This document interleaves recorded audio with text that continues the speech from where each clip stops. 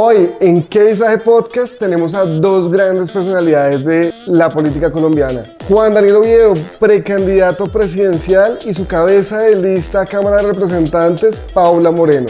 Vamos a tener unas entrevistas increíbles, las vamos a acompañar de buena comida, de unas bebidas deliciosas, limonchelo que creo que les va a gustar a los candidatos. Y pues nada, siéntense, disfruten, vamos a tener unas entrevistas que les va a encantar.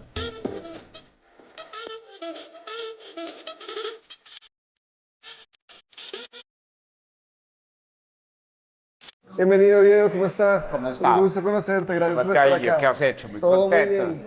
Muchas gracias por aceptar la invitación. No, aquí súper comprometido a tener una excelente conversación contigo. Gracias. ¿Cómo te sientes hoy? Me siento muy contento porque los datos nos mienten y vamos creciendo y más personas están convencidas de que aquí hay una oportunidad de hacerlo mejor. Tenemos todavía casi, el resumen de todas las encuestas nos permite decir que tenemos a un 40% de las Epa. personas que van a pedir el tarjetón, que no saben con qué cara se van a ir. Ajá. Si son 16 caras, yo formo parte de un grupo de 9 caras, que es la Gran Consulta por Colombia, pero saber que a una semana de las elecciones del próximo 8 de marzo tenemos al 40% de la gente que va a pedir ese tarjetón no sabiendo con quién se va a ir, pues nos abre una oportunidad muy grande para que se nos dé la oportunidad de romper el prejuicio. Y el Claro. prejuicio es hoy que esa consulta es del uribismo, que se la va a ganar Paloma así desde el comienzo. Que hay una oportunidad para que en 8 días cambiemos la historia Sí, sí, y sí. podamos permitir que el centro gane esa consulta y podamos moderar el debate político en el Yo he país. visto que hay como un sapito por ahí colado, dicen. Con Yo el soy el poder de sapo de matar a un esa consulta. elefante. Porque todo esto empezó con una idea de que pudiéramos tener una consulta del centro, Claro. ¿sí? Pero Fajardo finalmente dijo que no. Ajá. A mí me dijo que no a finales de diciembre, a comienzos de diciembre, y a Claudia López le dijo que no recientemente. Ajá. Y Claudia López, por su personalidad como de dos caras, Ajá. ha generado una cantidad de reticencias en el escenario político, donde mucha gente dice, yo no me quiero juntar con ella. Claro. Y la evidencia es que le tocó armar una consulta de ella con Huertas, que yo, la verdad, no tengo claro quién es él. De acuerdo. Es decir, Yo creo que nadie tiene claro. es la consulta de Claudia. Ajá. ¿Sí? Entonces, me siento muy contento porque esto también muestra que uno a veces tiene que asumir riesgos. Claro. ¿Sí? Y es la consulta a la derecha, pero una consulta no es para que todos nos uniformemos y yo use el vestido rojo de Vicky o la camisa azul de Mauricio o la corbata morada de David, ¿sí? O el brazalete de Aníbal. No, es para que cada cual sea lo que es, compitamos alrededor de ese propósito común de buscar una mejor Colombia hacia el futuro y que ojalá vamos a trabajar muy duro y gracias al apoyo de las personas que nos ven, vamos a ganar esa consulta. Chévere. Vi que estabas viajando por todo el país. ¿Cómo te fue? ¿Cómo viste las regiones?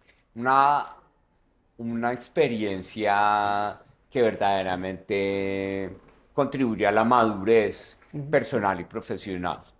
Colombia es un país supremamente distinto, es supremamente heterogéneo, es supremamente complejo. Tenemos una desconexión física tremenda, pero tenemos una conexión espiritual, llamémoslo así, o de propósito, de que la gente, lo que nos une en este país es que queremos hacer la tarea. Exacto. Nos une que queremos que no haya un palo en la rueda en nuestra tarea. Es decir, que no haya inseguridad que nos haga sentir intranquilos, que no haya un Estado que nos chupe la sangre y busque siempre sacarnos todos los impuestos cuando estamos emprendiendo. Claro. O un Estado que nos persiga cuando estamos trabajando en la informalidad. O un Estado que haga difícil todo, como el INVIMA, que complica cualquier innovación para un restaurante, una cadena alimentaria. El INVIMA, vaya uno a conseguir la licencia del INVIMA. ¿Sí? Es complejo. Entonces, necesitamos entender que Colombia como país desconectado no puede seguir esperando los facilismos del populismo tanto de izquierda como de derecha. Claro. Necesita algo distinto y es que seamos capaces de asumir nuestra realidad que es compleja, pero resolverla con seriedad, sumando, escuchando y sobre todo trabajando en equipo, que es el principal problema que tenemos como sociedad y es que no sabemos trabajar en equipo. Tanto es así que el ejemplo está puesto sobre la mesa. La derecha radical hoy prefiere que a Colombia le vaya mal a que le vaya bien solo porque ellos no están en el poder. Claro. Por eso la derecha radical estaba esperando que el desempleo se hubiera disparado, que la pobreza estuviera teniendo gente en las calles mendigando, que el dólar estuviera a 5.000 pesos, porque ellos dijeron, ah, bueno, como no es nuestro turno, entonces que a Petro y a ese gobierno le vaya mal, Claro. porque nosotros no vamos a estar ahí. No podemos seguir en eso. Necesitamos entender que sumar es el único camino para darle respuestas a nuestros niños, a nuestros jóvenes, que esperamos con nuestro gobierno se sienten las bases para que en 2050 la niñez de hoy, o yo más escucho en ese año, pueda ver que Colombia migró a ser un país desarrollado. ¿Cómo es ese Juan Daniel Oviedo antes de ser político? ¿Antes del DANE o del DANE? Antes del DANE. Antes del DANE, bueno. Antes del DANE yo era un profesor universitario Ajá. que ejercía un cargo directivo en la Universidad del Rosario, que era director de planeación y efectividad institucional. Yo era el encargado de que la universidad se modernizara y recibí el respaldo del rector entonces José Manuel Restrepo, que después pasó a ser ministro de Comercio y ministro de Hacienda en el gobierno de Duque y hoy es el rector de una universidad muy destacada en Antioquia, que es la Escuela de Ingenieros de Antioquia. Y ahí mi obsesión era la universidad, era entender que en una universidad los estudiantes no pueden mandar a los profesores, pero a los profesores no les puede importar un culo lo que piensen los Claro que sí. estudiantes. ¿Sí? Llegó- Muchas gracias. Si quieres, ponlo por Eso, acá. por favor, muy rico. A Que no los, vale que- a los profesores no les puede importar nada que lo que digan los estudiantes. De acuerdo. Y los administrativos son una pieza fundamental, ¿sí?, para que una universidad funcione. Entonces, yo llegué a pensar el futuro de la Universidad del Rosario resolviendo esas tres tensiones. Chévere. Eso implicó mucho trabajo. Yo vivo cerca del centro, entonces yo me la pasaba, era en la universidad hasta las 7 de la noche y salía a seguir trabajando en mi oficina para que toda la universidad funcionara Claro. perfecto. Soy una persona adicta al trabajo, supremamente disciplinada. Muy pegado a Y los datos. antes de la vida pública, era una persona supremamente fría Ok. en lo laboral. ¿Sí? Era distante. Por eso, como profesor, mi apodo era O Miedo. ¿O miedo? El profesor O Miedo. No puedo creerlo. Porque lo primero que yo llegaba a decir a clase era marcar la distancia. Y era, yo no vine a ser amigos. Ajá. ¿Sí? Aquí vinimos fue a aprender. Y aprender implica disciplina y nada de amistad. Entonces los estudiantes quedaban como, uy, este man es cuchilla. Quería ofrecerte. Por mira esta favor, comida muchas deliciosa. gracias. Vamos a compartir. Yo sí me voy a comer algo mientras. Un chunchullito, rico. Volviendo al tema que estabas mencionando de que eras o miedo, hoy en día, ¿cómo es tu relación con conocer nuevas personas? Porque entiendo que, pues lo que yo he visto es que eres súper cercano con las personas. Ya o miedo quedó como en el pasado. Claro, mira, ¿qué pasaba? Que antes mi trabajo era la escapatoria de mis rollos personales, Claro, ¿sí? Entonces, yo era una persona calculadora, pragmática, fría, supremamente exigente. Pero cuando yo paso a la política, mi trabajo es la también gente. depende de lo que yo proyecte como persona. Claro, Entonces, ese fue el gran choque del paso a la política. Y es, venga, ¿cómo se va a sentir Oviedo mejor con Oviedo? Para que esa tranquilidad de que Oviedo se siente mejor con Oviedo permita que lo que proyecte Oviedo sea lo que verdaderamente está en la esencia de su Claro. vida. Y fue muy bonito darse cuenta que mi primera fase de llegada a la política estuvo marcada como por un buscar encajar, porque es difícil, era la primera vez que yo entraba al escenario político. Y yo soy de los que creo que si uno entra a un colegio, pues uno trata de acomodarse a las reglas que están en ese colegio. Claro. Y eso me pasó en la campaña de la alcaldía, que en cierta forma, por más auténtico que yo quise ser, yo busqué encajar en las respuestas, en las propuestas, pero un elemento desafortunado de esa campaña de la alcaldía y fue que se me atravesó en el camino una bobada, pero que tenía una condición jurídica de una inhabilidad.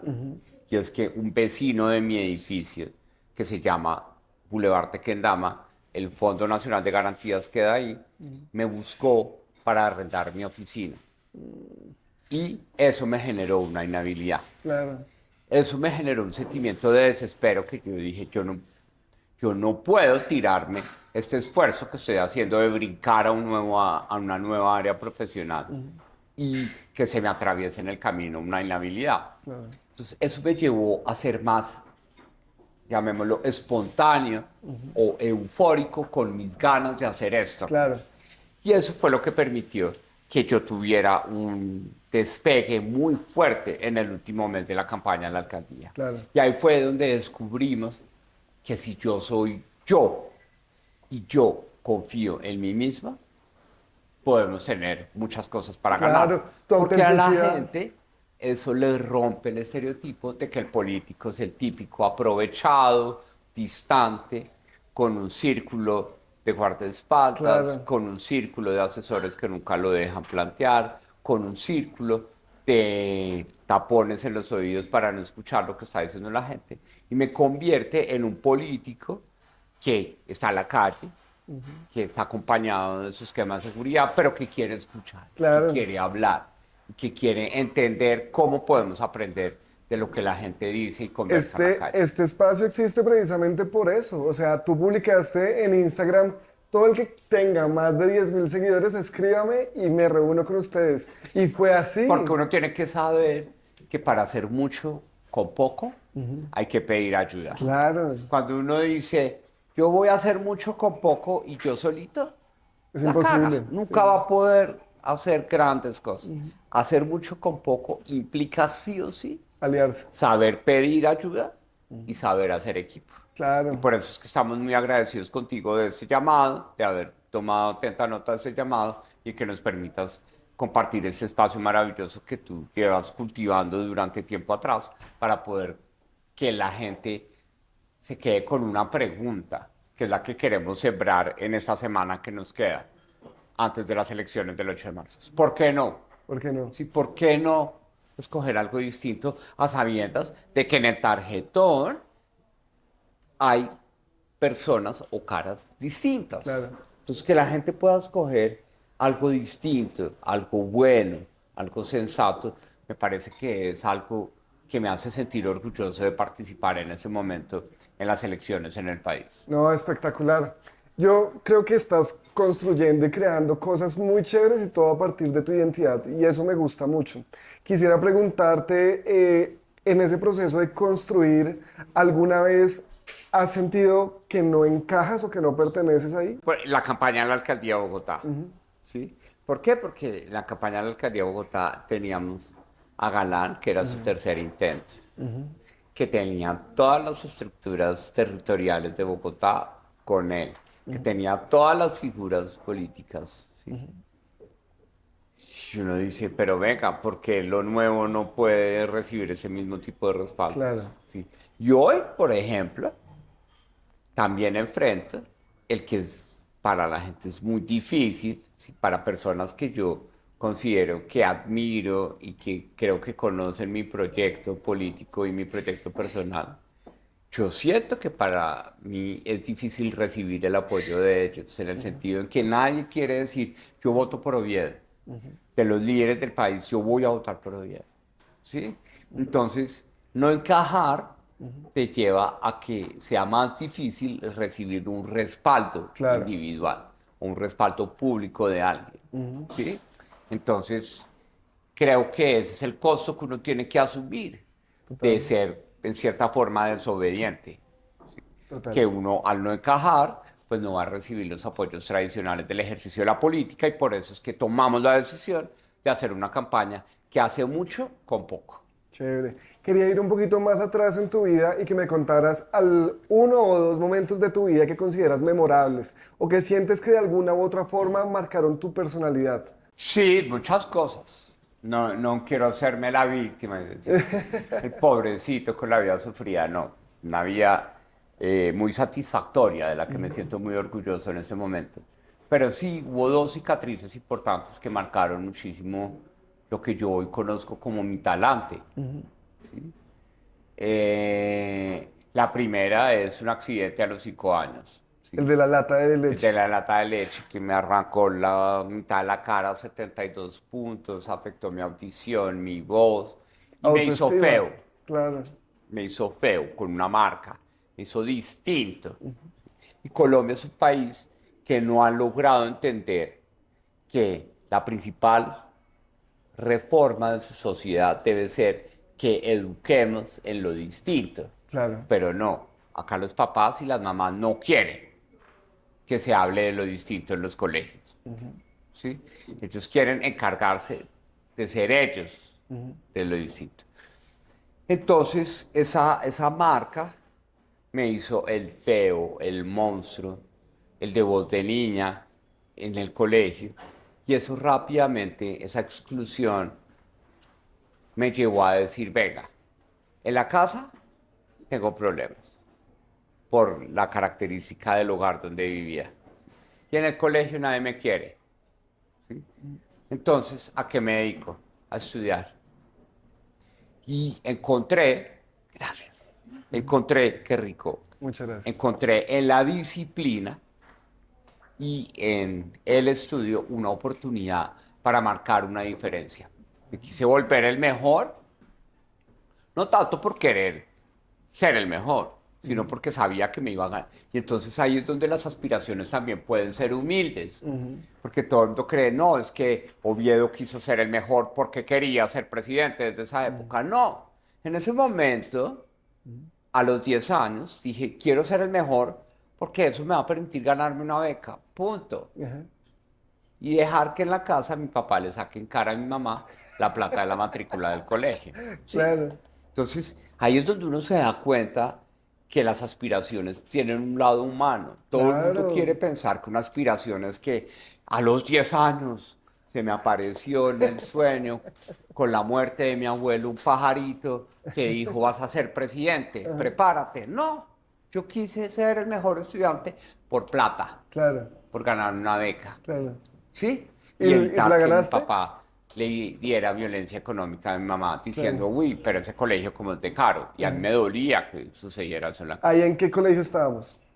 En el Rosario, Ok. que era un colegio relativamente económico. Ajá. No era un colegio costoso, era un colegio relativamente económico, pero ahí sí, mi papá jodía porque, pues, no lo estoy justificando. Tenía 3 familias a la vez. Entonces la plata la tenía que hacer rendir más. Entonces Claro. le dolía más una Claro. matrícula del colegio. Eso me marcó. ¿Y por qué? Porque encontré en la disciplina una buena amiga que me tiene hoy sentado hablándote a ti y de ustedes aspirando a la presidencia de Chévere. Colombia. Si no hubiera sido por eso, no estaría acá. Chévere. Porque eso es el éxito es cuando la preparación te permite aprovechar oportunidades, que eso sí, hay unas que uno no controla. Primera cicatriz que me llevó a la disciplina. Y la segunda cicatriz sucedió en 2014, ¿sí? Exactamente hace 12 años, en la víspera de las elecciones en las que hoy me someto al escrutinio de la ciudadanía. Claro. En ese momento, por cosas de la vida, el viernes en la noche antes de las elecciones, ¿sí? Unos amigos, sin querer, sin haberlo planeado, querían verme en mi apartamento en el centro de Bogotá. Y ese viernes me acosté, no, perdón, ese sábado, me acosté temprano porque había subido a Monserrate y el viernes anterior había salido de fiesta. Me acosté temprano. Sí, estaba bien, me acosté temprano, nos acostamos con Sebastián. Y sonó el citófono, tarde en la noche. Eran mis amigos que querían, pues, pensaron que yo estaba como despierto para tomarnos unos tragos, o conversar, o salir a un sitio. Entonces, como yo no estaba esperando esa visita, yo me levanté rápido de la cama cuando escuché el citófono. Y, estando acostado y levantarme tan rápido, cuando contesté el citófono, yo tuve un síncope, que es como un Era un desmayo, desmayo. ¿sí? Entonces yo tenía el citófono acá y yo caía así, como un palo de escoba. Y todo este oído recibió el golpe del piso de madera de mi apartamento. Entonces, Sebastián se levantó porque pensó que había pasado una explosión, una bomba, y era que yo me había caído. Y automáticamente eso destruyó completamente mi oído interno. Pero todo el mundo piensa, ah, silencio, ¿sí? Pero es que el oído interno va al cerebro. Y como se daña la conexión del medio ambiente con el cerebro que produce el oído interno, que transmite el oído medio, el cerebro dice, ¿ya? ¿Qué diablo se hizo el ruido? Es decir, ¿qué diablo se hizo lo que pasa afuera? Y desde ese día, mi cerebro inventa una chicharra permanente. No lo puedo creer. Hoy está ahí, por ejemplo. Entonces hay gente que se vuelve loca y se deprime por eso, Claro. porque suena muy duro, ¿sí? Pero entonces se necesita la voluntad no solo de reconocer que perdiste una capacidad auditiva de este lado, pero que no te da silencio, no te da paz, sino que te genera un ruido, una chicharra permanente. Lo que me pasa a mí cada vez que abro los ojos y me levanto es eso, escuchar la chicharra. Yo me encargo de olvidarla. Hoy la estoy feliz olvidándola por esa conversación. Entonces, a partir de ahí, me di cuenta de que la primera cicatriz de la disciplina se complementa hoy con la segunda cicatriz de la resiliencia. Claro. Porque la vida me dice, usted puede tomar dos caminos. O baja el blackout de su casa, dice que la vida es una mierda y es injusta con usted, y se deprime y se lleva a medicamentos psiquiátricos y vive como un ente en su casa, lejos del mundo, porque le fastidia esa chicharra, o usted dice, bueno, eso es lo que hay, y vamos a hacer el esfuerzo de olvidarla y hacer el esfuerzo de escuchar mejor por ese oído, y así sucesivamente. Entonces, dos cicatrices que marcaron los criterios de disciplina y de resiliencia Muy en mi chévere. vida. Ahora quiero que nos cuentes, nos dijiste, el éxito es esa comunión entre la oportunidad y la preparación. Estar preparado para recibir la oportunidad. Quiero hablar un poco ahora de cómo entiendes el fracaso. Buena pregunta. Mira, me leí un libro, son dos, que me permiten inspirar esta respuesta. El primero se llama En defensa del error, que es una periodista del New York Times, que hace una investigación no científica, sino una investigación, llamémosla desde la ignorancia. Y ella dice, venga, ¿qué es el error? Entonces va a la psicología, va a la neurociencia, va a la cotidianidad y empezamos a encontrar un parámetro y un patrón de que cuando los errores se presentan en nuestras vidas, casi siempre queremos decir que vienen de afuera, porque es natural. Es como, seguramente lo entenderán cuando uno dice, trágame tierra, y como la cagué, marica, trágame tierra, ¿sí? O el efecto avestruz, meter la cabeza, ¿sí? O la vida es injusta, o los demás no me comprendieron, ¿sí? Entonces, cuando suceden los errores desde el punto de vista de la neurociencia y en la sociedad en la que estamos, sí tenemos un gen, llamémoslo así, no de sexo, pero yo lo digo para simplificar, tenemos un gen que nos dice hay un culpable afuera, que nos distrae de decir qué pude haber hecho yo para que no sucediera. Claro. o qué hice yo para cagarla, para deserrar, ¿sí?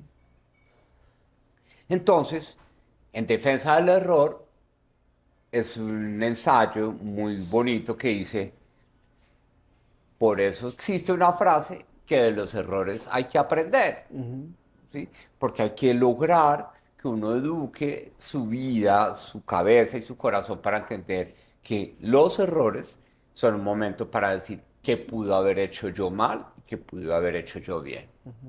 Y después viene un libro de Jared Diamond que se llama Crisis o Crisis en español, que dice exactamente, los países fracasan no por tener problemas o por cometer errores, sino por no reconocerlos. Claro. ¿Sí? Entonces el fracaso es eso, es no reconocer nuestros problemas. Podemos fracasar en Colombia como democracia si creemos que los problemas estructurales los podemos ignorar con populismos de izquierda De o acuerdo. de derecha, que hoy son de izquierda, solo Petro en esa bondad, y de derecha, firme por la patria, refundemos a la patria. De acuerdo. ¿Sí? Podemos fracasar si seguimos así, porque lo que Colombia necesita hoy es algo distinto, es reconocer sus problemas y empezar a resolverlos con seriedad. ¿Sí? Entonces, el fracaso es no ser capaz de asumir las realidades o los problemas. Y acuérdense, uno no fracasa por tener problemas, uno fracasa cuando niega sus problemas Claro. o los ignora. Para mí, hay un miedo muy grande, por ejemplo, de que se me olvide la rutina. O un miedo de que todo lo que yo diga no saque ni una sola risa. ¿Qué miedo te embarga a ti? ¿Qué miedo tienes? Tremendo, que no me crea, ¿sí me entiendes? Yo digo, yo estoy comprometido con esto que estoy haciendo, ¿sí?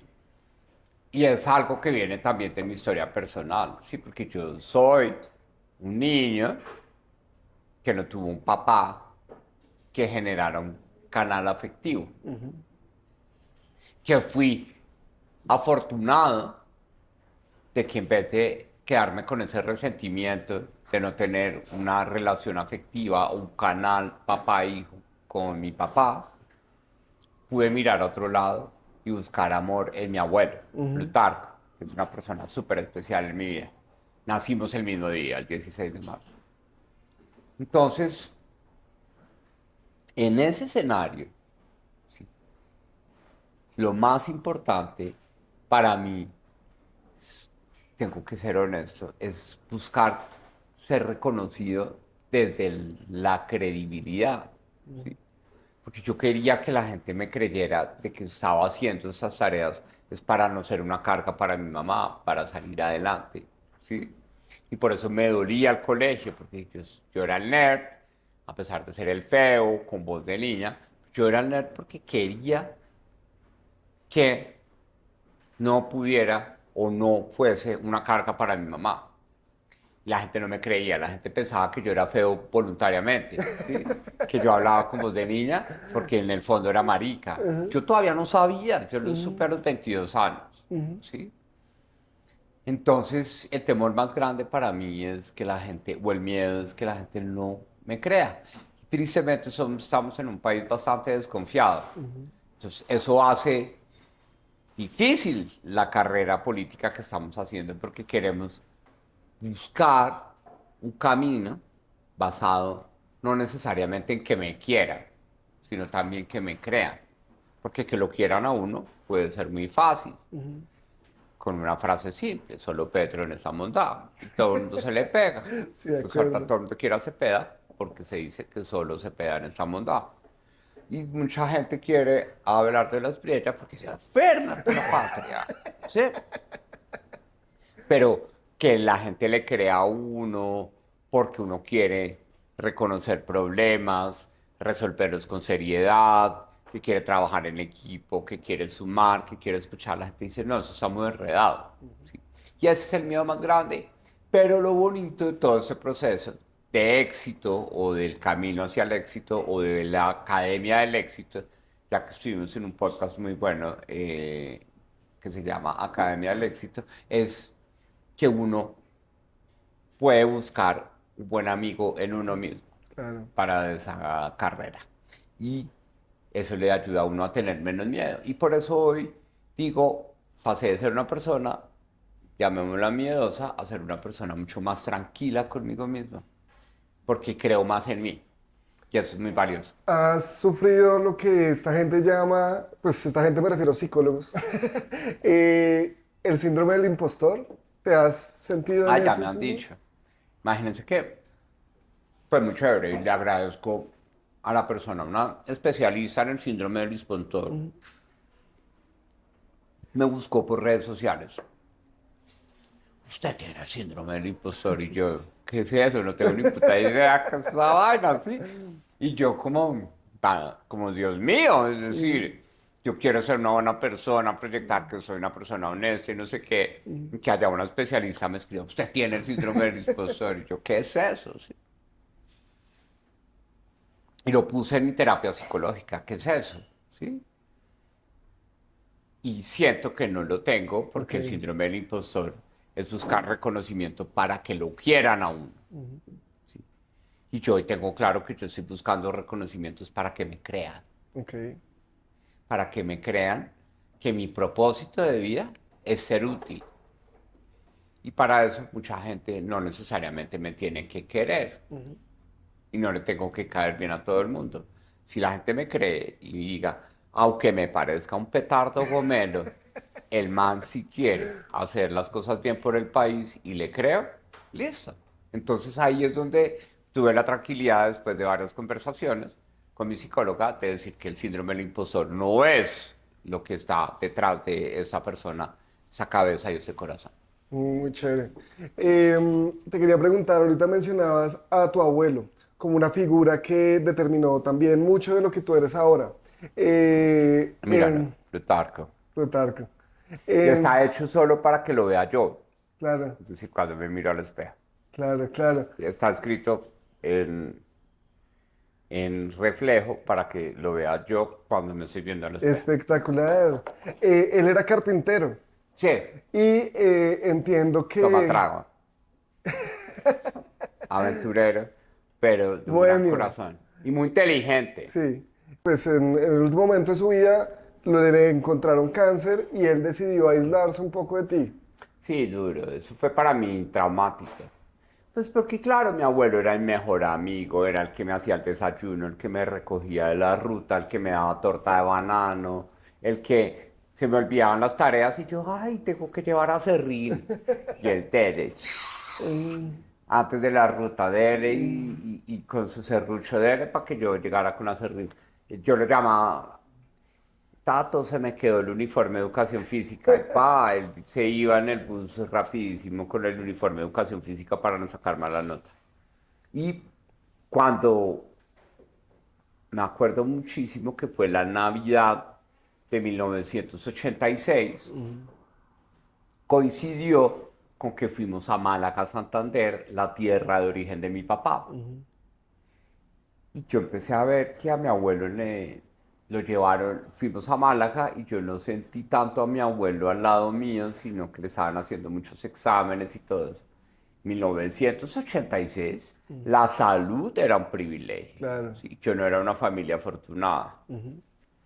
Entonces, la fortuna en ese momento era que un hermano de mi papá, que se llama Alfonso Oviedo, era un médico muy reputado en Málaga, Santander. Y él logró mover las palancas para saber qué le estaba pasando a mi abuelo. Y en ese momento, a finales de año de 1986, después de haber visto a mi abuelo eufórico porque Virgilio Barco ganó la presidencia de Colombia en 1986, empecé a ver a mi abuelo un poco más decaído y se fue hinchando, ¿sí? Y en esa Navidad, en ese fin de año, le diagnosticaron un cáncer en el hígado que estaba haciendo metástasis en el pulmón y entonces empezó a retener líquidos y por eso él se empezó a hinchar. Entonces la instrucción de mi tío Alfonso en ese momento es, que Tato haga lo que se le dé la gana en estas vacaciones. Tomó trago, comió, de todo. Yo feliz de ver a mi abuelo. Sí.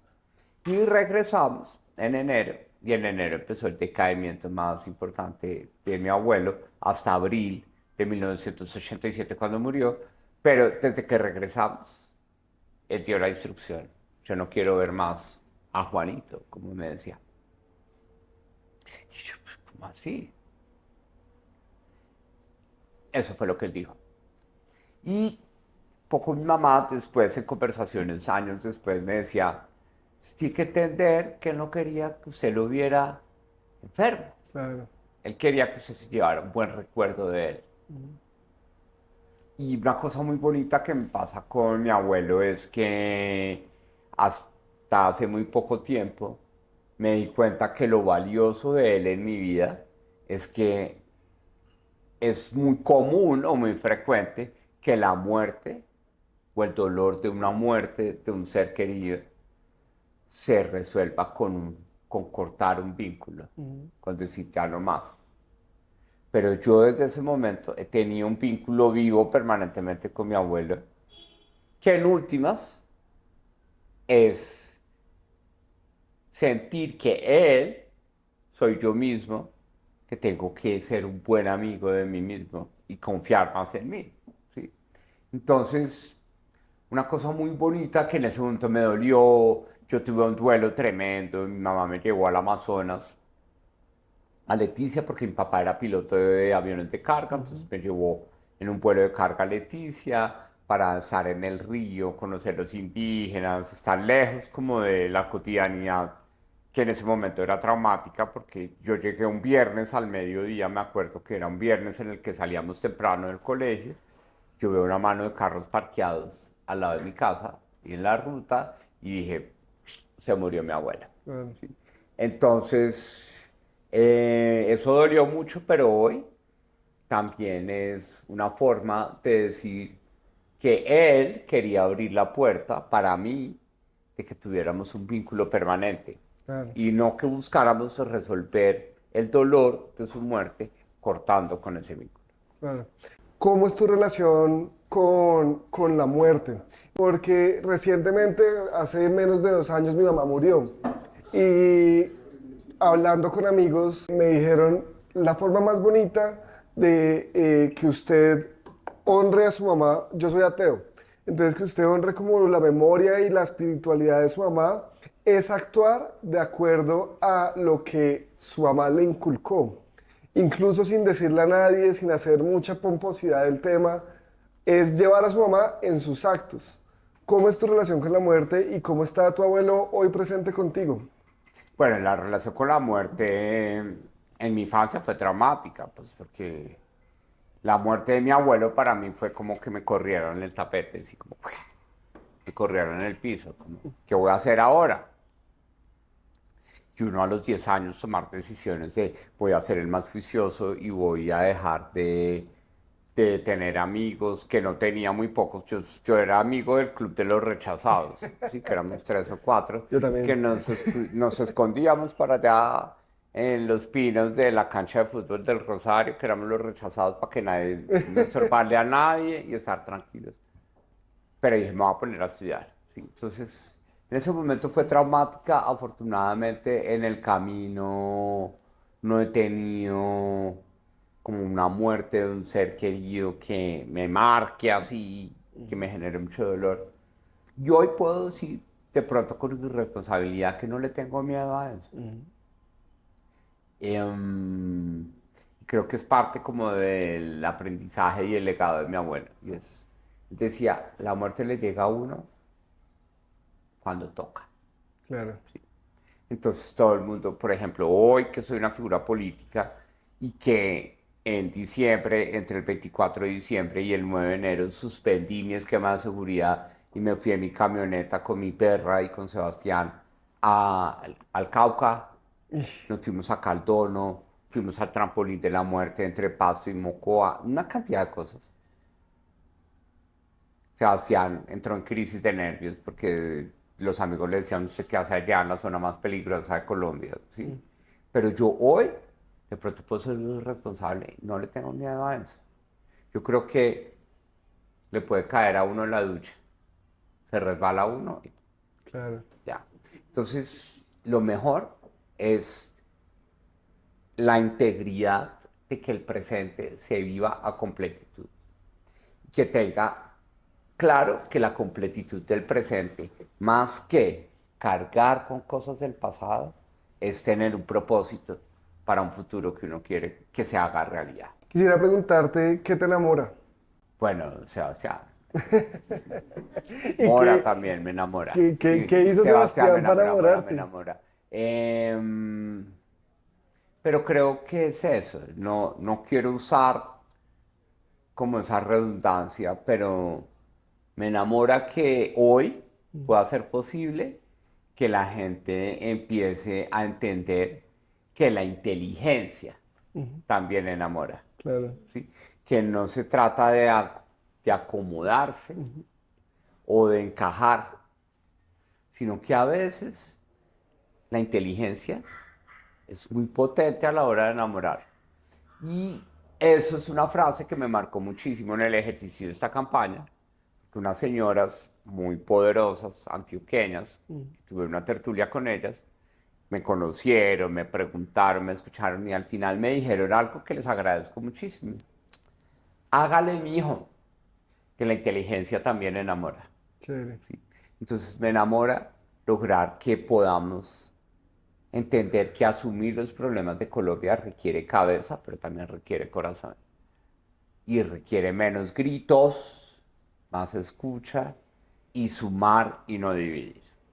Ahorita que hablas del corazón, ¿te han roto el corazón? Muchas veces, sí. Sí. Hoy precisamente hablamos de la tusa llegando acá. Un antropólogo de la Nacional, mejor dicho, me dio 3 vueltas entre 2006 y 2009. Y la tusa me duró de 2009 a 2012. Estaba saliendo de la tusa y ¡pa! Al ratico conocí en la calle a Sebastián y desde ahí, desde el septiembre 21 de 2012, historia de amor con Sebastián hasta hoy. Te iba a preguntar cómo te has curado el corazón roto, pero creo que ya me contestaste. Sebastián supo curar ese ¿Cómo he corazón roto. curado el corazón Sí. roto? Con terapia. Ok. Obviamente con tusa, con música de tusa, ¿sí?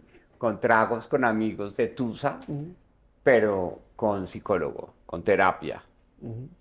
con entender que las tusas, más que el daño que hace otra persona a uno, es lo que uno deja que suceda en la vida de uno. Claro. Y es cómo uno se cuida mejor a uno mismo en ese escenario o en ese propósito que es la búsqueda del amor. No puedo dejarte ir sin preguntarte cuál es la mejor rumba de Bogotá. Me dijeron que Teatro para mí es uno de los mejores lugares, pero No, no también me me... dijeron que Osa. Que En, Osa tiene muy en buena Bosa, rumba. sí. Hay una fonda al lado de la casa de Bosa que yo tuve que se llama la Fonda Samaná 1A. Unos buenos momentos que pasamos ahí con Sebastián. En algún momento había una buena rumba para mí en el asilo, en Ujú. la 39 con Caracas, pero me boletearon con un video mío bailando que fue viral. Así que todo el mundo dijo, está drogado porque está moviendo la cabeza. Me pareció muy boleta. Es decir, que haya gente tan boleta que lo grabe a uno en una fiesta, qué mamera. Claro, claro, Entonces claro. no volví a la fila. En algún momento fui a Before, buena fiesta, pero pasó todo ese escándalo del homicidio de este asistente de la fiesta de Before. Me volví por allá. Hoy poco salgo también porque la exposición pública le genera dificultades a una relación de pareja también. ¿Sí? Claro. Y hoy, los sitios frecuentes donde salimos con Sebastián están en el centro de Bogotá. Ujú. Los bares típicos de la población gay de Bogotá, que son muy chéveres, gente que nos conoce, gente que se alegra de vernos, que podemos compartir el momento y pasamos un rato ahí. Y Chévere. buena música. Una dinámica muy cortica, te voy a decir dos palabras y tú eliges una de las dos y si quieres explicar por qué una de esas dos explicas, si no seguimos. Listo. Poder o tranquilidad. Hoy poder, porque lo quiero hacer útil. ¿Sí? La tranquilidad sería perfectamente seguir siendo consultor y viviendo bien mi vida y teniendo vacaciones todos los fines de semana como lo pude tener en algún momento de mi vida. Pero hoy quiero poder para ponerlo al servicio de los demás. ¿Querido o respetado? Respetado, porque el respeto se gana a punta de credibilidad. El ser querido se puede ganar a punta de acomodarse o hacer lo que la gente quiere, no lo que toca. ¿Técnica o intuición? Creo que la intuición, creo que el sentido común le hace falta mucho al país. Hay cosas que son tan obvias que no hacemos simplemente porque a veces nos enredamos en la técnica. ¿Un cambio rápido o un cambio profundo? Creo que para que haya un cambio profundo, primero tiene que haber un cambio rápido. Y Colombia tiene que entender que si no escuchamos los diagnósticos, si no escuchamos que nos estamos haciendo los de la mirada gorda frente a los problemas que tenemos en el país, pues vamos a quedar condenados a los populismos de izquierda y de derecha que han gobernado este país. ¿Disciplina o rebeldía? Obvio que la disciplina, obvio. Yo soy el ejemplo de la disciplina y por eso cuando tuve la oportunidad a punta de disciplina de ser profesor en la universidad más importante de Shanghai, que es Fudan University, fui a un templo budista y me dieron una lista de 20 atributos con los que me quisiera identificar. Escogí la disciplina y este es el símbolo que desde 2018, este nudo es el nudo de la disciplina en la religión budista. Perfecto. Estamos cerrando esta entrevista en el restaurante que se llama El Visaje y no puedo dejarte ir sin decirte para ti qué es un visaje. Bueno, primero el restaurante está buenísimo, así que por favor venga para acá porque conozco al duro que maneja ese restaurante y hace la mejor carne, el mejor limoncello, mejor dicho, tiene que venir acá y por favor busquen el visaje en redes sociales, busquen el visaje en internet. Y el visaje, pues es muy caleño, ¿no? Para mí es muy caleño. Deje el visaje, deje la mala vibra y deje el video. Para mí es eso, no sé si esté en lo correcto, pero para mí el visaje es como el video. ¿Sí? Deje el visaje. Y es importante que Colombia deje el visaje, pero que coma rico en el visaje, porque está buenísimo. Quisiera que tú le dejaras algo a nuestros espectadores, que les dejaras que se robaran algo de ti. ¿Qué les dejarías que se robaran de ti de esta entrevista, de esta conversación? Pues que hoy el mensaje más importante que quisiera que me robaran es una pregunta, y es ¿por qué no? Es decir, porque todo el mundo quiere, no porque no estamos hablando de política, sino que estamos hablando de mi vida personal, pero si estuviéramos en una entrevista política, hubiera salido la pregunta, bueno, ¿y si usted pierde la consulta y la segunda vuelta es entre Cepeda, solo Petro no está montado, y Abelardo Las Priella, refundemos la patria y firme por la patria? ¿A quién le voltea la arepa? ¿Sí? No puede ser, por Dios. ¿Por qué no? ¿Por qué no evitamos ese escenario? ¿Por qué no elegimos a alguien distinto? ¿Y por qué no Oviedo presidente? Entonces lo que me quiero robar es que ustedes me ayuden a decirle a la gente cuando les pregunten ¿por qué Oviedo presidente? Simplemente les respondan ¿por qué no? Muchas gracias. Oviedo, fue espectacular hablar contigo. Para mí es un sueño hecho realidad poderme sentar contigo. Muchas gracias por estar acá. No, súper contento y ya saben, el visaje está delicioso.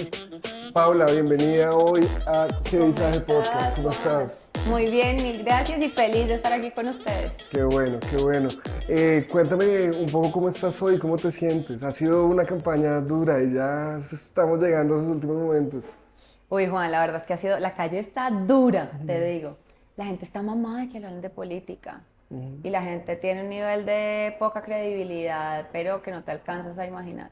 Lo que pasa es que hacer campaña con un tipo como Juan Daniel Oviedo se convierte en un shot de energía todos los días. Claro. Porque él no se da por vencido, porque trabaja, porque es juicioso, porque es pilo. Entonces, obviamente, al equipo que está, pues que tenemos la fortuna de estar al lado de él, pues se nos convierte como en un aliciente. Entonces, obviamente, no te voy a negar que estoy cansada porque estamos volanteando a las 6:30 de la mañana, nos vamos derecho hasta las 11 de la noche.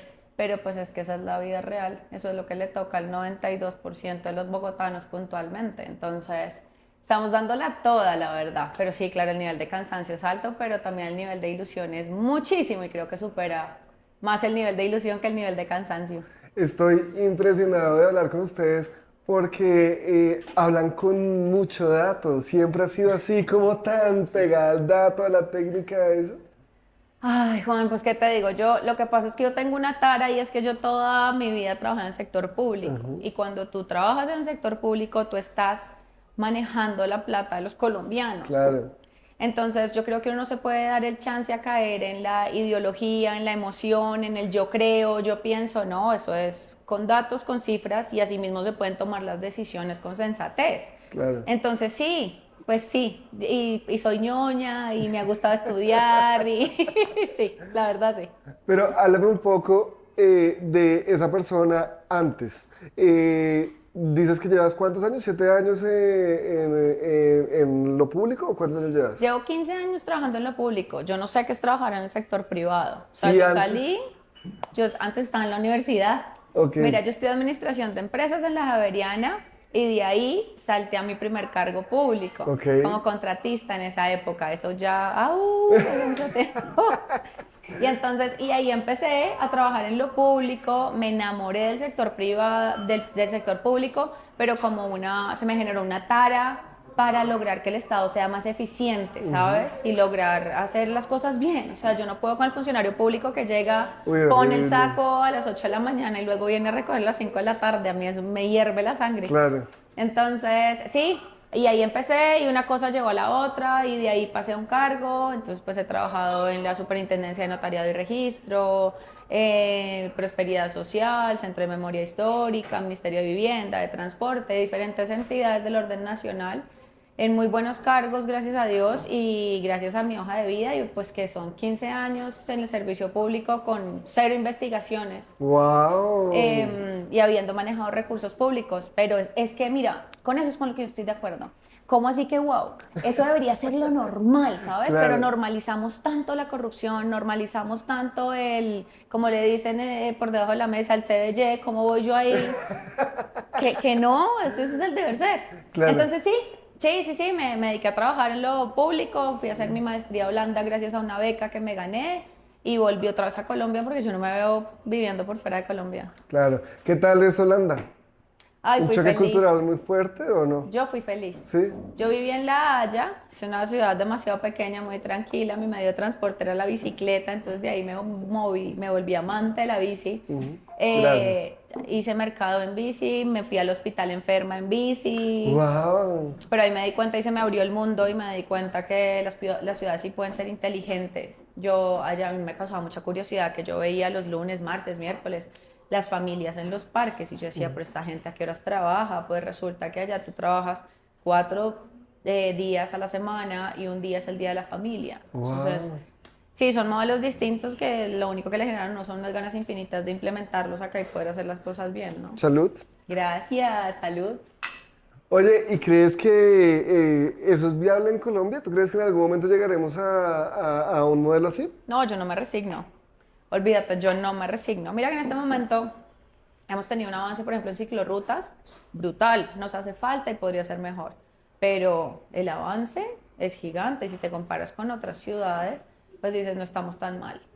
Pero la verdad es que sí, yo no me resigno a que Bogotá sea una ciudad que supere todos los problemas que tiene, todos los temas de movilidad, de seguridad, Sí, yo no me resigno y por eso es que estamos en este combo con Oviedo, trabajándole duro, pues, para que podamos hacer las cosas mejor.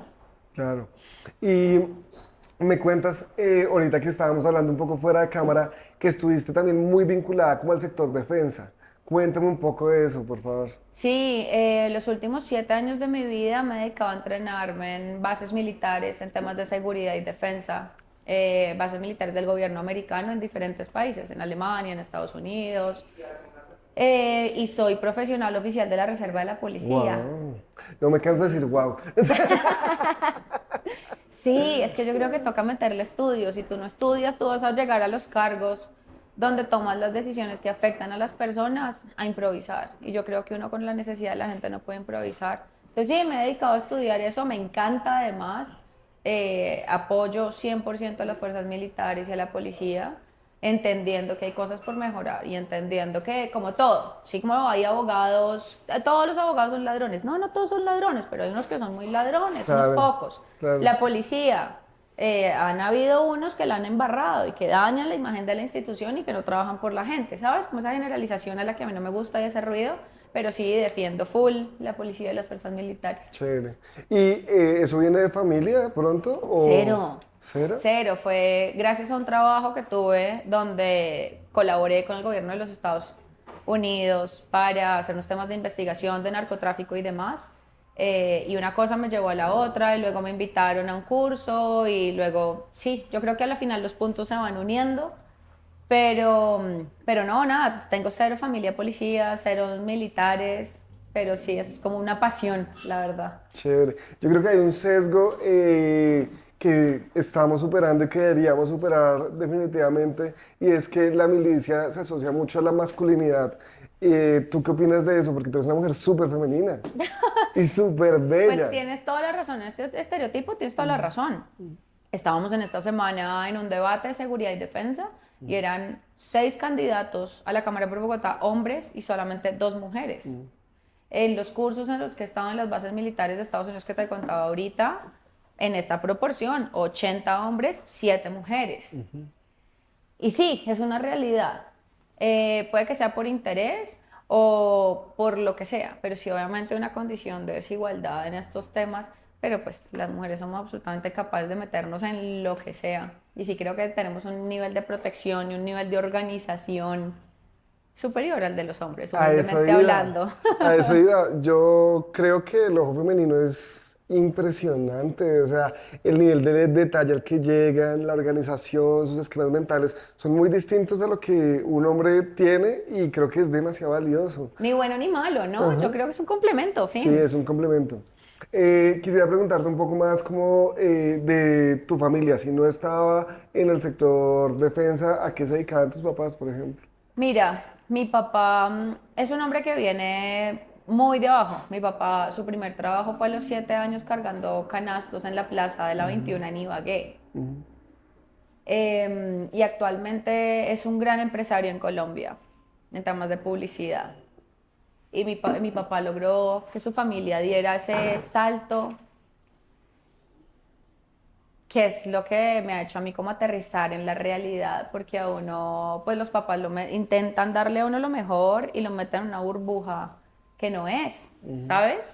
Entonces, gracias a lo que conozco de mi papá, su vida, mi abuela paterna en algún momento me contaba que ella tenía que partir un huevo duro para 4 Increíble. muchas veces para lograr comer. Entonces yo creo que gracias a Dios tuve la oportunidad de conocer y saber cuál es la realidad de muchas personas en Colombia y eso no me dejó como irme por las nubes.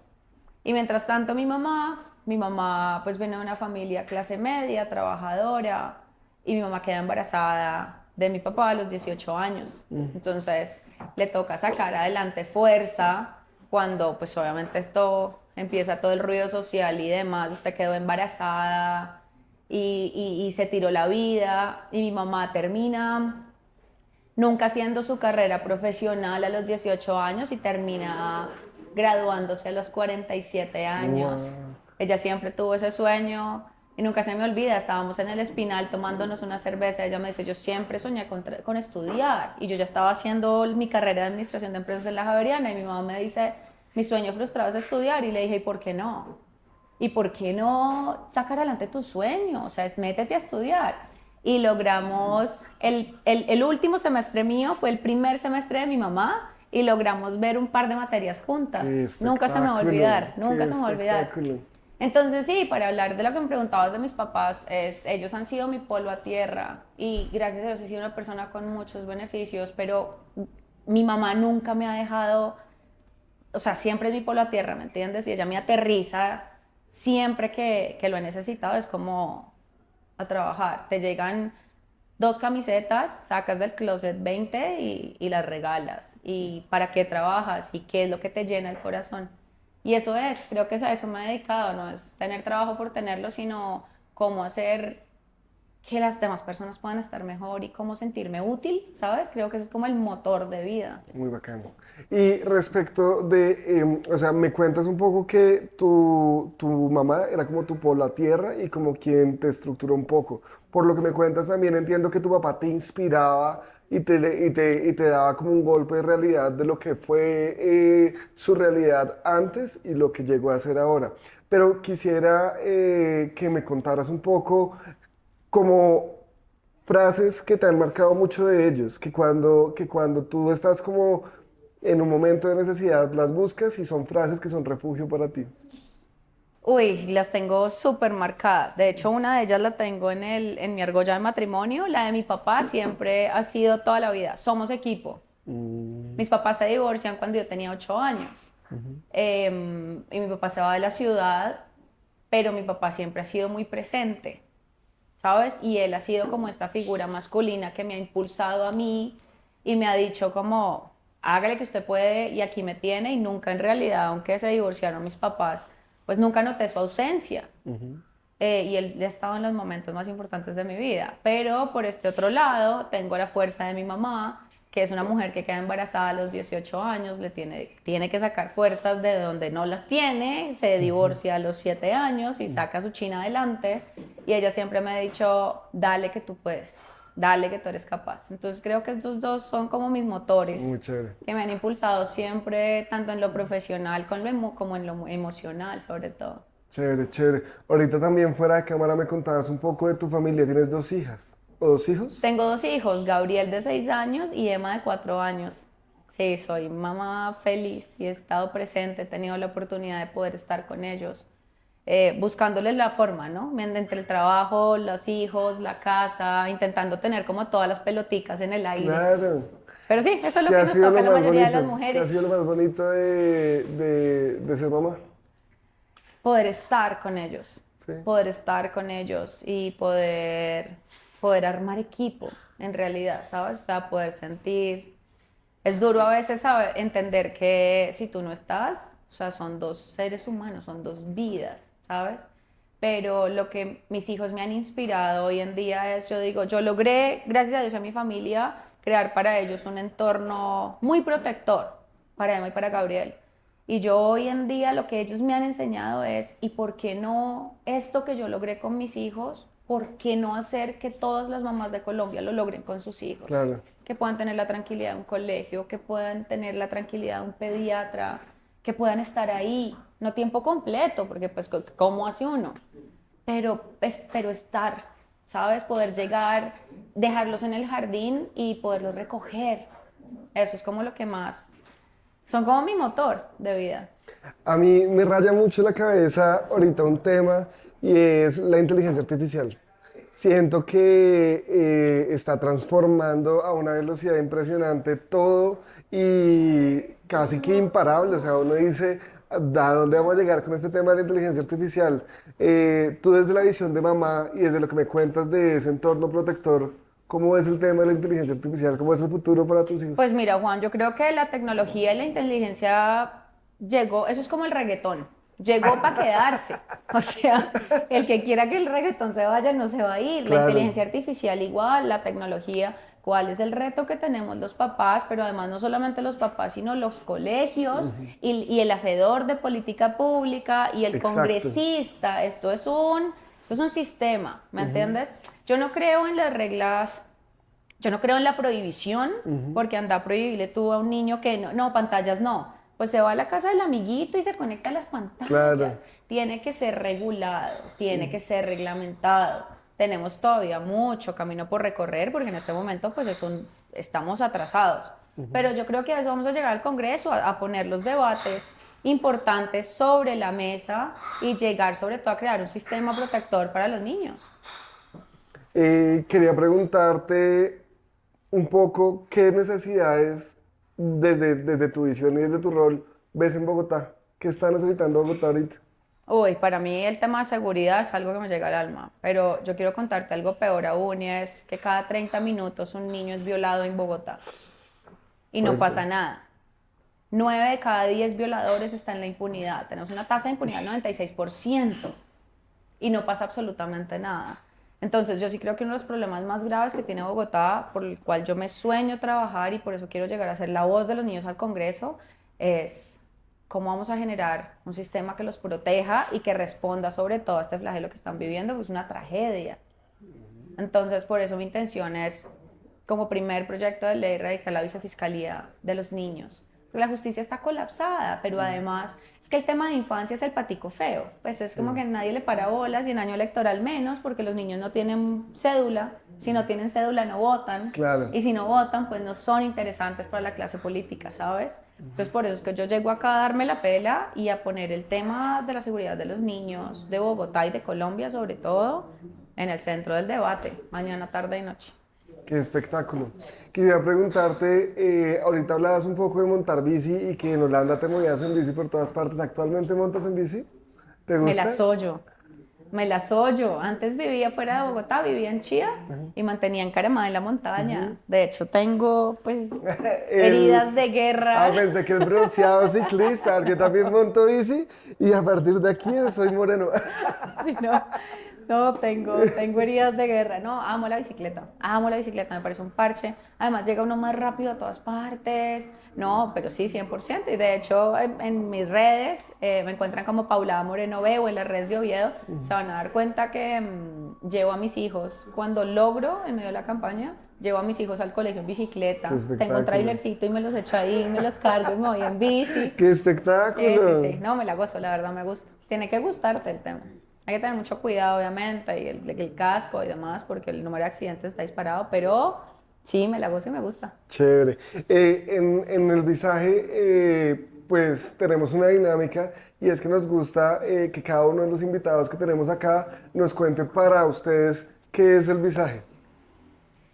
Para mí el visaje, yo me acuerdo mucho, en Cali me decían, no sea visajoso. Sí. Yo estudié mis dos primeros semestres de universidad, los estudié en Cali. Y no pude, 100% amo Bogotá, la verdad. Pero sí, no sea visajoso. No sea visajoso, es como no sea soberbio, no sea exagerado, no sea pantallero, ¿sabes? Para mí eso es ser visajoso, como creerse o ser más de lo que en realidad uno es. Oye, y pues devolviéndonos un poquito, sé que tenemos muy poquito tiempo, pero no puedo irme sin preguntar esto. ¿Qué se siente pasar de estar como en la parte técnica y administrativa y entrar a hacer normas, a hacer leyes? Porque entiendo que es como un paso que estás dando en este momento. Estuviste como en la parte técnica, en la parte de ejecución y ahora vas a pasar a legislar. ¿Cómo sientes ese paso? ¿Te da miedo? ¿Sientes algo? Juan, yo creo que uno vive con el hueco en la barriga de manera permanente porque con la intención de hacer las cosas bien, porque es que para llegar a hacer lo que han hecho muchos congresistas que ni van a trabajar o salir con un chorro de babas y salirle y quedarle mal a la gente, pues yo creo que tiempo sobra. Entonces obviamente siempre hay un hueco en la barriga, es mi primer ejercicio político. Pero yo te digo una cosa, si no hubiera sido por un man como Juan Daniel Oviedo, yo ni abate me meto a la política. O sea, yo no me veía en un partido tradicional donde te exigen 1000 cosas con las que uno no está de acuerdo y que puede que no, o que rayan con el tema de la falta de ética o que son corrupción, fin de la historia. Yo no me veía. Entonces, estar con un man al lado como Juan Daniel Oviedo, pues es un seguro de vida porque es un tipo que ha hecho las cosas bien, que es honesto, que es sensato, que dice las cosas como son, ¿me entiendes? Que no se deja llevar por este ruido. Entonces eso como que te da la fuerza para decir, estamos en el lugar que es y vamos a darnos la pela. Pero yo también creo por el otro lado que si tú tienes la tranquilidad de estar haciendo las cosas bien, pues no hay por qué tener miedo. Eso te da la misma fuerza para decir, pues hágale, hay tanto, perdón la palabra, pero hay tanto bruto en este momento sacando leyes, hay tanto bruto que no va a trabajar, que se gana el sueldo súper fácil, pues ¿por qué no? ¿Por qué no? Si yo quiero hacer las cosas bien, no tengo una investigación, he trabajado 1000 años, he manejado recursos públicos, no me roba un peso, no tengo, ¿sí me entiendes? Entonces dices como, bueno, y además el tema es que no estoy sola, nosotros somos un equipo, nosotros somos listas cerradas a la Cámara por Bogotá y al Senado. Y entonces somos un equipo y somos un parche de gente juiciosa, pila trabajadora, que con Oviedo estamos agarrados de la mano y estamos sacando esta idea de país y de Bogotá, pues adelante. Quería preguntarte cómo fue ese contacto con Juan Daniel. ¿Cómo te encontraste con él? Yo creo muchísimo como en las causas del universo, la verdad. Y yo lo conozco hace 2 años, yo no lo conozco, no somos amigos de toda la vida, coincidimos en una reunión de trabajo y yo ahí hice clic. Yo dije, no, este man, pues uno pegaba los datos, ¿me entiendes? O sea, mis antecedentes eran ser juiciosa, estudiar, trabajar y encontrarte con un político que habla con la verdad y que quiere hacer las cosas bien. Yo dije, no, esto es como encontrar un vaso de agua en el desierto. Entonces ahí hice clic. Y nos empezamos a conocer, él se dio cuenta de mi hoja de vida. Pero ¿en qué momento?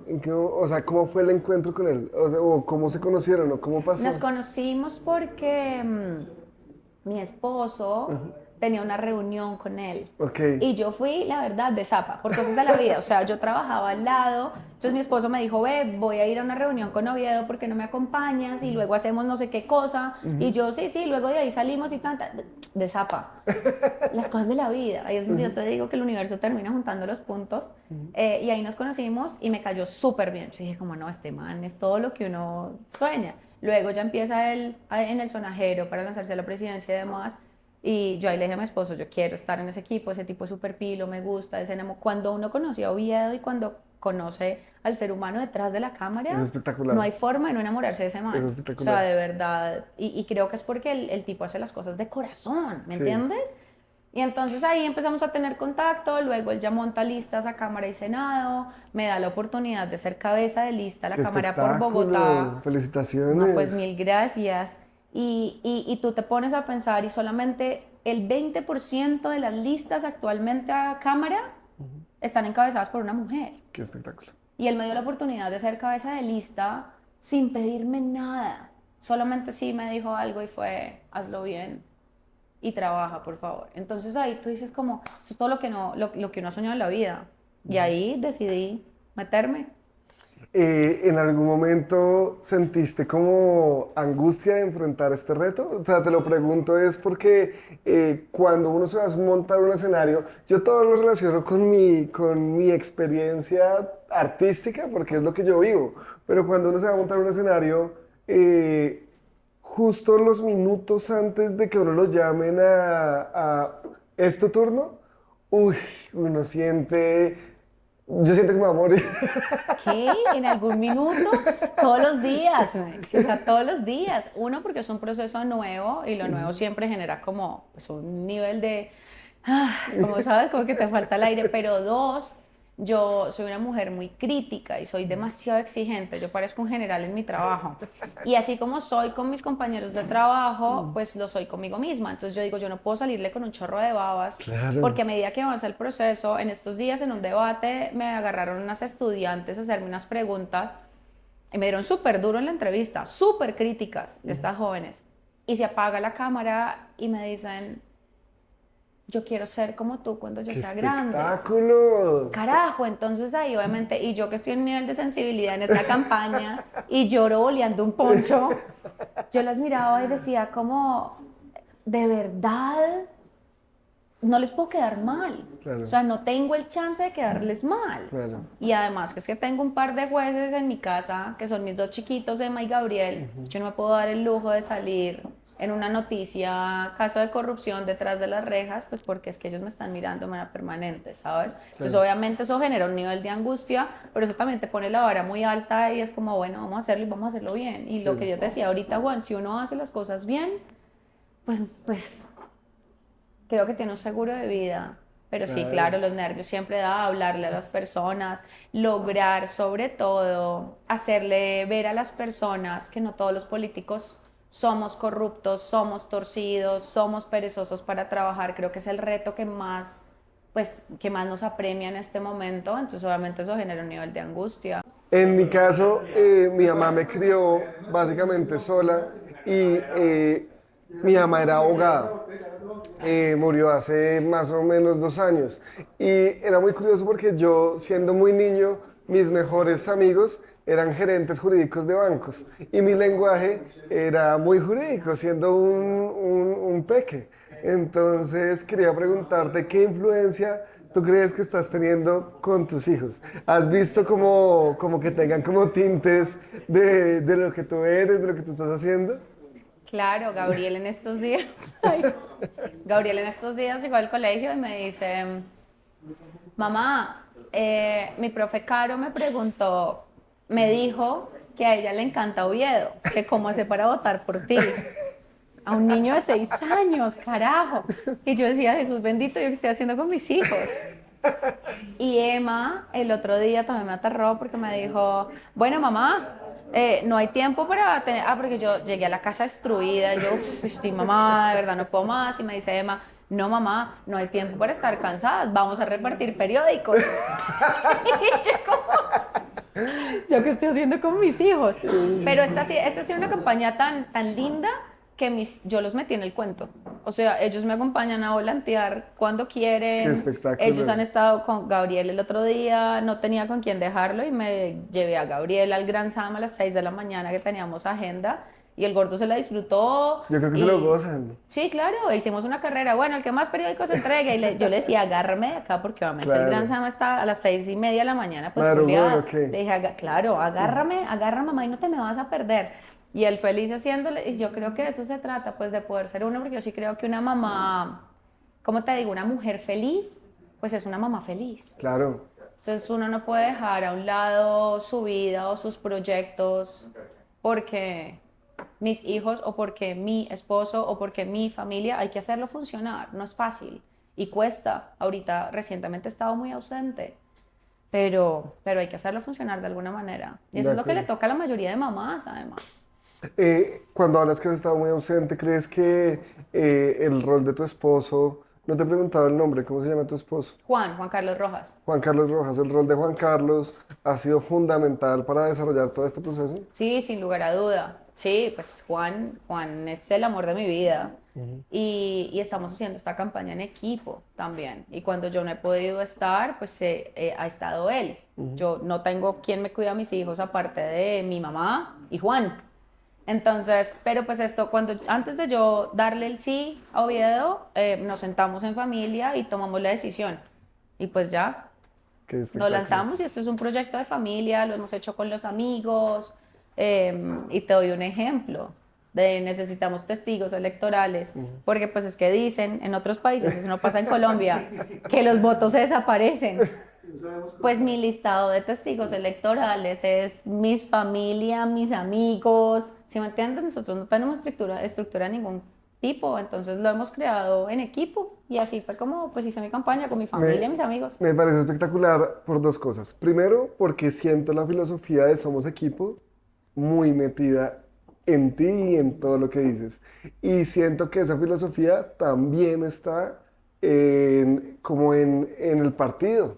O sea, este espacio que tengo hoy contigo es porque ustedes abrieron la puerta a que creadores de contenido pudiéramos decirles, oiga, queremos entrevistarlos y vinieron. Eso me parece demasiado único. O sea, yo siempre vi a los políticos y a los líderes de este país lejos y ustedes lo trajeron cerca.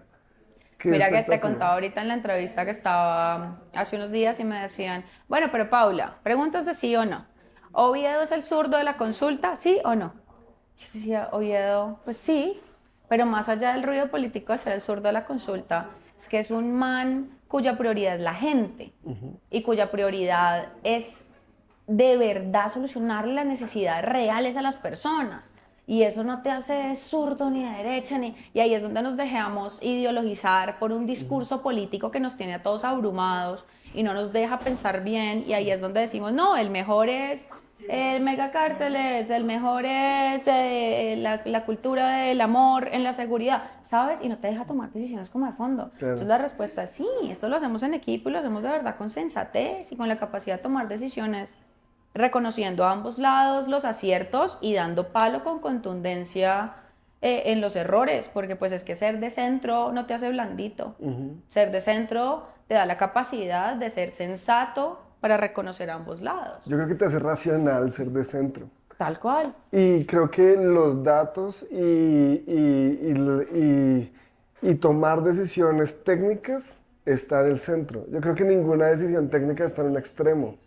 Tú Eh, piensas los errores que hemos cometido en los últimos años, que han sido tan relevantes en el gobierno, por la falta de experiencia técnica en las decisiones que se están tomando.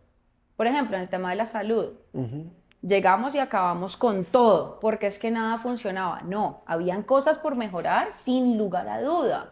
Habían controles que implementar, claro que sí.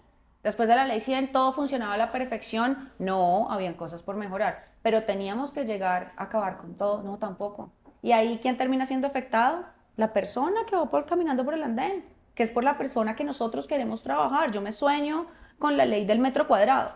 Y la ley del metro cuadrado es que cualquier solución, política pública, programa, proyecto que se saque, le llegue la necesidad solucionada de verdad a la persona ahí en su metro cuadrado. Y no sea este enredo y este debate que a la final no es sino ruido, porque la solución pues no le llega a la gente.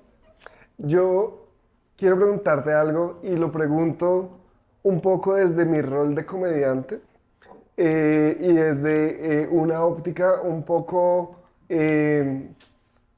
crítica de la vida, pero quiero saber tu opinión porque es que todo lo que me has dicho me está llevando hacia allá. Y es, ¿tú crees que un niño con homofilia no puede montar bicicleta? No, no, eso es, me das en el corazón. Eso hace parte del ruido político que yo te decía y eso hace parte de la incapacidad de salir a decir las cosas como son porque las has hecho mal. De acuerdo. O sea, eso no tiene ningún sentido. En estos días me hablaban en un debate del amor en la seguridad y yo le respondía a la otra candidata, hablemos del amor en otros aspectos, pero tú no le puedes hablar de amor a la mamá del niño que mataron ayer. O sea, la seguridad es con justicia. Fin. Pero la justicia, entendido no como mega cárceles, sino qué oportunidad les estás ofreciendo. ¿Dónde está el sistema de educación? ¿Dónde está el sistema laboral que le estás ofreciendo a los jóvenes? Que el crimen transnacional organizado nos está cooptando. Para no ir más lejos, el Clan del Golfo creció en un 300% dentro de Bogotá. Entonces ahí es donde yo digo, nos vamos por el tema de la bicicleta y se desdibuja y nos enredan facilísimo en el ruido, pero las decisiones de fondo por debajo se fueron, ¿sabes? Y lo realmente importante no se pone en el debate. Entonces, para responder tu pregunta puntual, no, nada más alejado de la realidad. El problema es que no le llegó lo que tenía que llegarle del Estado en el momento que debía que llegarle del Estado. El resto son enredos y ahí es una invitación a la gente a que no se dejen enredar a punta de cuento. Que en un año electoral, pues es que los cuentos abundan, ¿no? De acuerdo. No, sé que estamos cortísimos de tiempo e incluso me robé más del tiempo que me habías dicho, pero me encantó hablar contigo y la verdad creo que comparto todo lo que dices. O sea, qué espectáculo contar en el Congreso con alguien que le dé voz a quienes no tienen voz y que además tenga una visión tan bonita de Bogotá y del impacto que van a tener los niños no solo hoy, sino mañana. Quisieran cerrar esto como cerramos todos los episodios y es, ¿con qué quieres que se queden de ti el público? Ay, Juan, muchísimas gracias nuevamente por la invitación. Y lo que quiero, el mensaje de verdad es, ¿por qué no? ¿Por qué no confiar en un equipo de personas? Esto no se trata de mí, esto se trata de verdad de un equipo de gente juiciosa, pila, técnica, que quiere hacer las cosas lo mejor posible. Para mí es un honor crear equipo con Juan Daniel Oviedo y nosotros somos los del rayito amarillo. Esto es a punta de energía, a punta de conocimiento, a punta de querer hacer las cosas bien. Entonces mi invitación es a que piensen, ¿por qué no? No voten con rabia, no voten con angustia, no voten con estrés, voten con ilusión. Y aquí tienen una persona que va a llegar al Congreso sin promesas, pero con la única cosa que sí les puedo decir es que voy a llegar al Congreso a trabajar mañana, tarde y noche y hacer lo mejor que yo pueda. Yo soy Paula Moreno, cabeza de lista de la Cámara por Bogotá de Oviedo y somos los del rayito amarillo. Somos lista cerrada y si se animan, esto es lo que van a encontrar en el tarjetón. Vamos a un combo de gente al Senado también, que son igual la lista de Oviedo, y vamos a la gran consulta con Oviedo, que ahí sale su cara y sale el rayito amarillo. Por si se enamoran de nosotros, no duden de verdad en entender que aquí hay un equipo de gente que quiere hacer las cosas de una manera distinta y quiere demostrarles que la política sí se puede hacer de buena manera. Y yo creo que se enamoran un montón. 2 minutos hablando y ya enamoran un montón. Entonces, muchas gracias. No, ustedes, Juan, mil gracias.